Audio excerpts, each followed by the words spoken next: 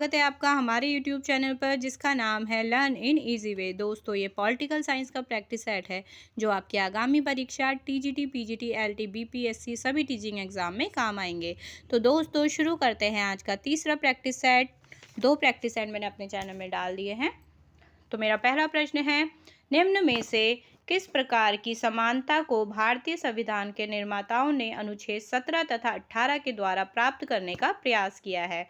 तो हमारा इसका उत्तर है ऑप्शन सी, सामाजिक समानता। हमारा अगला प्रश्न है, एक विषय को समवर्ती सूची में शामिल कहा जाता है जब इस पर एक कानून पास किया जा सकता है, इसके द्वारा। तो किसके द्वारा? हमारा इसका ऑप्शन सी है, केंद्र और राज्य सरकार द्वारा। हमारा अगला प्रश्न है, संविधान के अनुसार भारत है एक, तो भारत कैसा देश है एक?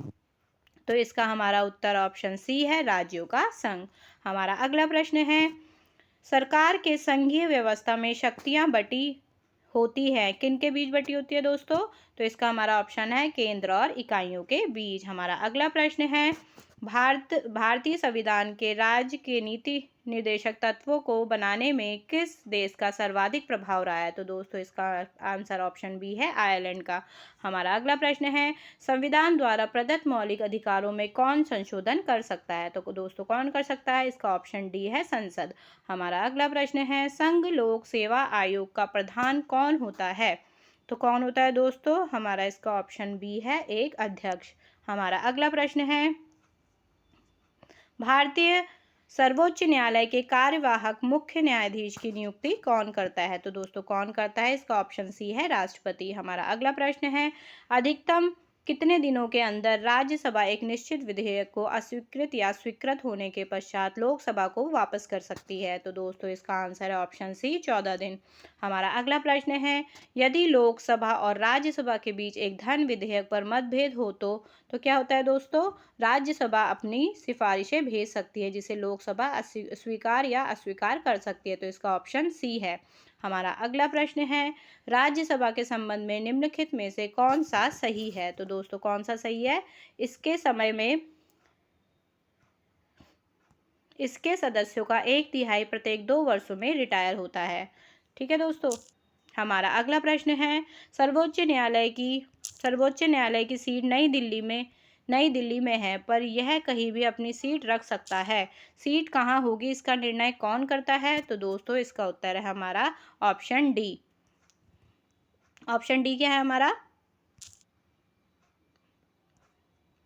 ऑप्शन डी है हमारा, मुख्य न्यायाधीश राष्ट्रपति की स्वीकृति से। टेक्निकल इशू है दोस्तों। हमारा अगला प्रश्न है, प्रश्न नंबर 13। हमारा प्रश्न नंबर 13 है, धन अनुदान के लिए। तो क्या है धन अनुदान के लिए? आंसर है इसका ऑप्शन बी, राष्ट्रपति की पूर्व सहमति आवश्यक है। बिना राष्ट्रपति की सहमति के लिए धन अनुदान की बात नहीं कही जाएगी। हमारा अगला प्रश्न है, राष्ट्रपति का अध्यादेश तभी लागू करते हैं जब।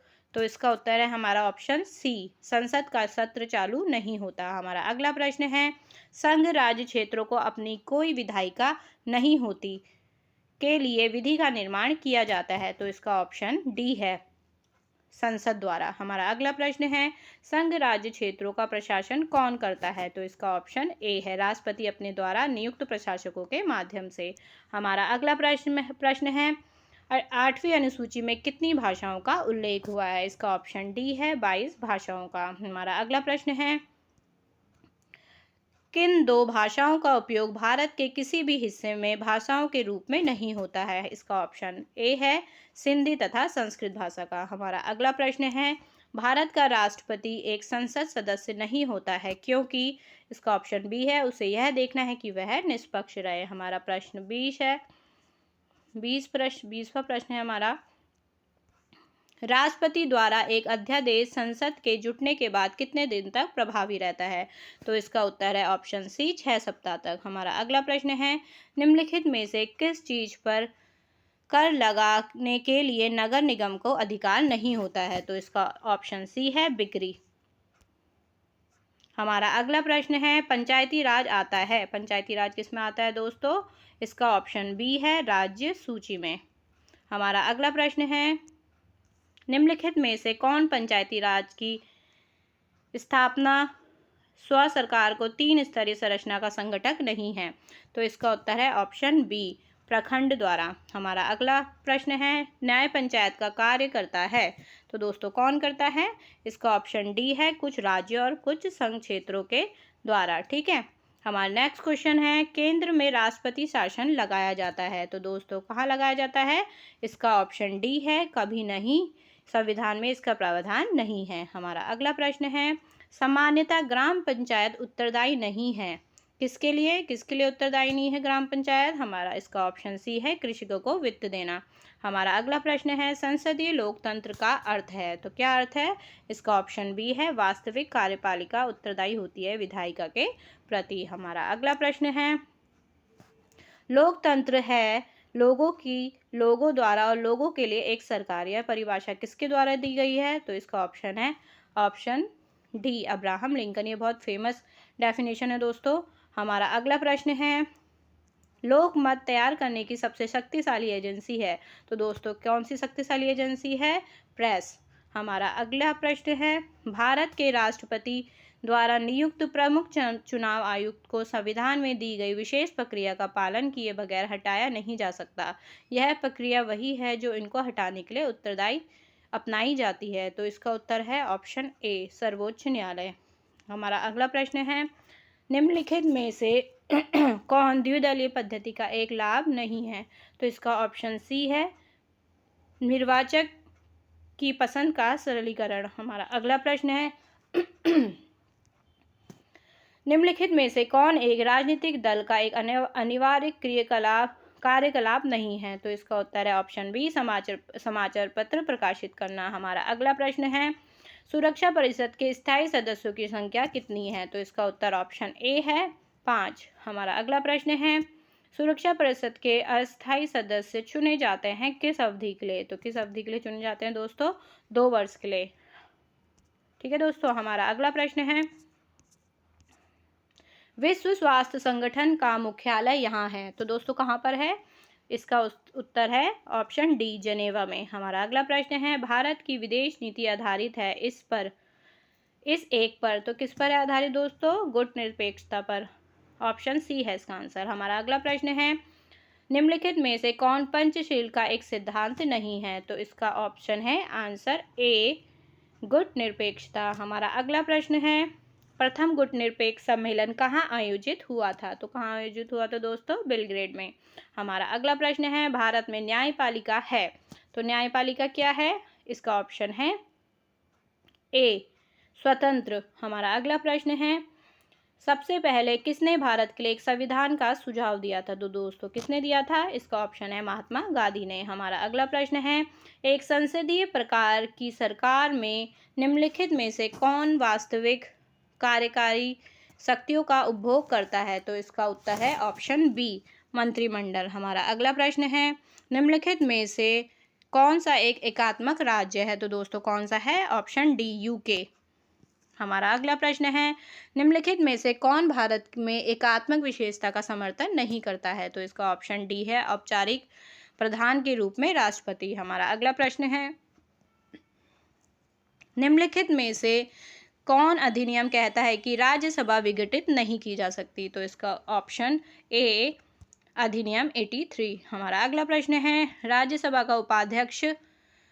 इसका आंसर है ऑप्शन सी, राज्यसभा के सदस्यों द्वारा अपने सदस्यों के बीच में चुना जाता है। हमारा अगला प्रश्न है, संघ राज्य क्षेत्रों द्वारा लोकसभा में कितने सदस्य चुने जाते हैं? तो इसका ऑप्शन डी है। हमारा अगला प्रश्न है, लोकसभा में दिए गए सभी भाषण और अभियुक्तियां किसे संबोधित की जाती है? तो किसे संबोधित की जाती है दोस्तों? ऑप्शन सी, अध्यक्ष को। हमारा अगला प्रश्न है, राष्ट्रपति शासन के लिए संसद का अनुमोदन कितनी अवधि के भीतर प्राप्त किया जाना चाहिए? तो कितने उसके भीतर प्राप्त किया जाना चाहिए अनुमोदन? तो इसका ऑप्शन है ए, 2 माह के भीतर। हमारा अगला प्रश्न है, क्या एक व्यक्ति को एक राज्य से अधिक का राज्यपाल नियुक्त किया जा सकता है? तो इसका उत्तर है हाँ। हमारा अगला प्रश्न है, राज्यपाल द्वारा जारी अध्यादेश अधिकतम किस अवधि के लिए वैध होता है? तो इसका आंसर है ऑप्शन डी, 6 माह के लिए। हमारा अगला प्रश्न है, भारत के सर्वोच्च न्यायालय के न्यायाधीशों की सेवानिवृत्ति आयु है तो कितनी है दोस्तों? 65 वर्ष। हमारा अगला प्रश्न है, उच्च न्यायालय के एक न्यायाधीश को उसके कार्य में सिद्ध दुराचार या अयोग्यता के आधार पर हटाया जा सकता है, किसके द्वारा? तो इसका आंसर है ऑप्शन डी, संसद की सिफारिश पर राष्ट्रपति द्वारा। हमारा अगला प्रश्न है, भारत में मृत्यु दंड प्राप्त अपराधी को क्षमादान करने का अधिकार है तो कौन क्षमा कर सकता है? राष्ट्रपति को ही ये सिर्फ अधिकार है और किसी को नहीं है। हमारा अगला प्रश्न है, सर्वोच्च न्यायालय के न्यायाधीश को पद शपथ किसके द्वारा दिलाई जाती है तो इसका ऑप्शन ए है, राष्ट्रपति द्वारा। एक रिट का अर्थ होता है तो क्या होता है दोस्तों एक रिट का अर्थ?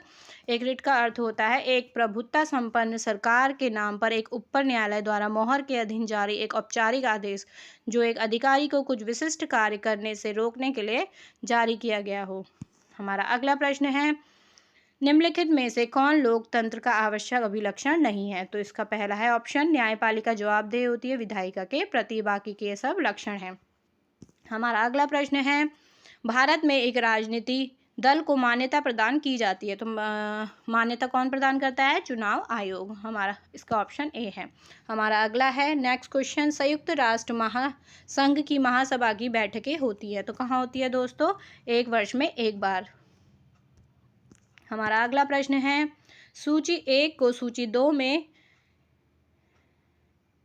निवारक में कीजिए तथा नीचे दिए गए कूट का उपभोग करते हुए सही उत्तर का चयन दीजिए। तो इसमें सबसे पहले है, मैं ही राजी हूँ, ये किसके द्वारा कहा गया है दोस्तों? ये कहा गया है मैं ही राजी हूँ लुई 14वें द्वारा, तो पहले का है थर्ड। हमारा अगला प्रश्न है, राज व्यक्ति से पहले है तो ये किसके द्वारा कहा गया है दोस्तों? राज व्यक्ति से पहले है, ये कहा गया है हमारा राज व्यक्ति से पहले है प्लेटो द्वारा। राज्य पृथ्वी पर ईश्वर का अवतरण है, ये किसके द्वारा कहा गया है दोस्तों? राज्य पृथ्वी पर ईश्वर का अवतरण है, ये कहा गया है हीगल द्वारा। राज व्यक्ति का वृहद रूप है, ये प्लेटो द्वारा, ये गलत बताया मैंने, राज व्यक्ति से पहले है ये बोला है अरस्तु ने। मैं ही राजी हूँ लुई 14वें द्वारा। ओके दोस्तों, मैं ही राजी हूँ लुई 14वें द्वारा राज व्यक्ति से पहले है, ये कहा गया है अरस्तु द्वारा। राज्य पृथ्वी पर ईश्वर का अवतरण है, ये है FW हीगल द्वारा। राज व्यक्ति का वृहद रूप है, ये है हमारा प्लेटो द्वारा। ओके दोस्तों, तो कूट कौन सा हो गया हमारा? मैं ही राजी हूँ, ये लुई 14वां थर्ड का, राज व्यक्ति से पहले है अरस्तु दूसरा, और राज्य पृथ्वी पर ईश्वर का अवतरण है, ये है हमारा हीगल द्वारा। तो इसका हमारा ऑप्शन ए हो जाएगा। ओके दोस्तों, तीसरा, दूसरा, चौथा और पहला।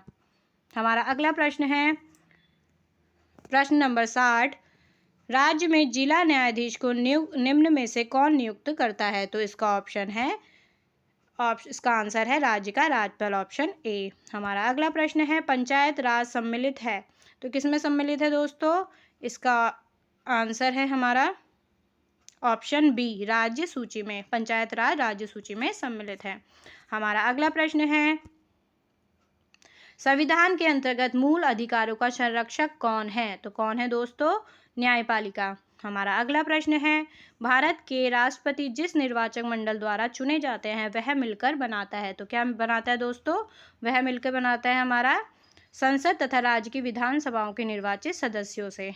ओके दोस्तों, ये ऑप्शन बी, ये सब में ए लिखा है, ABCD। ओके दोस्तों, हमारा अगला प्रश्न है, निम्न में से किन विचारकों का कौन सा युग्म वैज्ञानिक समाजवाद के संस्थापकों में माना जाता है तो इसका उत्तर है दोस्तों मार्क्स तथा एंजल, इसका ऑप्शन सी है। हमारा अगला और आखिरी प्रश्न है दोस्तों, फांसीवाद ने राज्य को माना है तो दोस्तों क्या माना है? यह है इसका आंसर, व्यक्तियों पर एक निरंकुश शक्ति। तो दोस्तों ये प्रैक्टिस सेट आपको पसंद आया होगा। ऐसे ही प्रैक्टिस सेट पाने के लिए हमारे चैनल को लाइक, शेयर एंड सब्सक्राइब जरूर करें। थैंक यू दोस्तों, थैंक यू फॉर वॉचिंग।